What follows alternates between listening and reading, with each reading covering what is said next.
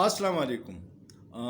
पाकिस्तान में हुकूमतें जो मुंतखब थी वो ख़त्म हो गई और निगरान वज़ीर आज़म के इंतख़ाब का मरहला था जो अब इख्तिताम पज़ीर हुआ और सेनेटर काकड़ साहब जो हैं वो मुंतखब हो गए हैं निगरान वज़ीर आज़म के लिए। सेनेटर अनवारुल हक काकड़ साहब कौन है, उसकी हिस्ट्री ज़रा मैंने कहा आपको बताऊं। ये 1971 में किला सैफुल्ला का इलाका है, मुस्लिम बाग, वहाँ उनकी पैदाइश हुई है और इन्होंने पहले जो इब्तदाई तालीम है वो saint grammar French school Quetta से हासिल की है। उसके बाद बलूचिस्तान यूनिवर्सिटी से उन्होंने पॉलिटिकल साइंस और सोशियोलॉजी में मास्टर किया है। 2008 में ये मुस्लिम लीग काफ के कैंडिडेट थे MNA के लिए, लेकिन वो हार गए थे। और फिर ये 2013 में मुस्लिम लीग नून की जब सनाउल्लाह ज़हरी की हुकूमत थी तो उस वक्त बलूचिस्तान हुकूमत के तर्जुमान थे। फिर ये 2018 में आज़ाद हैसियत से सेनेटर मुंतखब हुए, लेकिन उनको मुस्लिम लीग नून के MPs की हिमायत हासिल थी और उसी दौरान फिर इन लोगों ने एक दड़ा मुस्लिम लीग नून से अलहदा हुआ और नई पार्टी की बुनियाद रखी, बाप पार्टी, बलूचिस्तान अवामी पार्टी।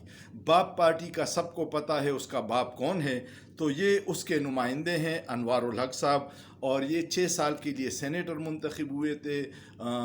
पश्तून काकड़ कबीले से उनका ताल्लुक़ है और अल्लाह करे कि ये सही मानों में निगरानी का किरदार अदा करे, क्योंकि पहले जो पंजाब और KPK में 2 निगरान सेटअप्स हैं उनकी निगरानी का आपको पता है कि वो कितने निगरान है।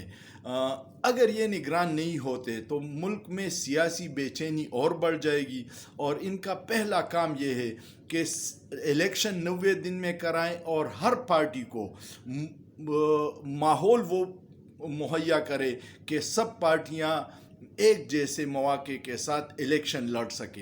ये न हो कि जिस तरह रिजीम चेंज के बाद तहरीक इंसाफ को दीवार से लगाया गया है, अगर वही सिलसिला जारी रहा और इलेक्शन हुए तो इस इलेक्शन की क्रेडिबिलिटी मशकूक हो जाएगी। हम अनवारुल हक काकड़ साहब को मैं मुबारकबाद देता हूँ और उनसे तवक्को करता हूँ कि वो अवाम की तवक्कुआत पे पूरा उतरेंगे और जिन्होंने उसको अपॉइंट किया है उनकी भी कुछ मंसूबे होंगे, लेकिन अवामी हिमायत जब तक इनको नहीं होगी वो सारा अमल इलेक्शन का मशकूक होगा।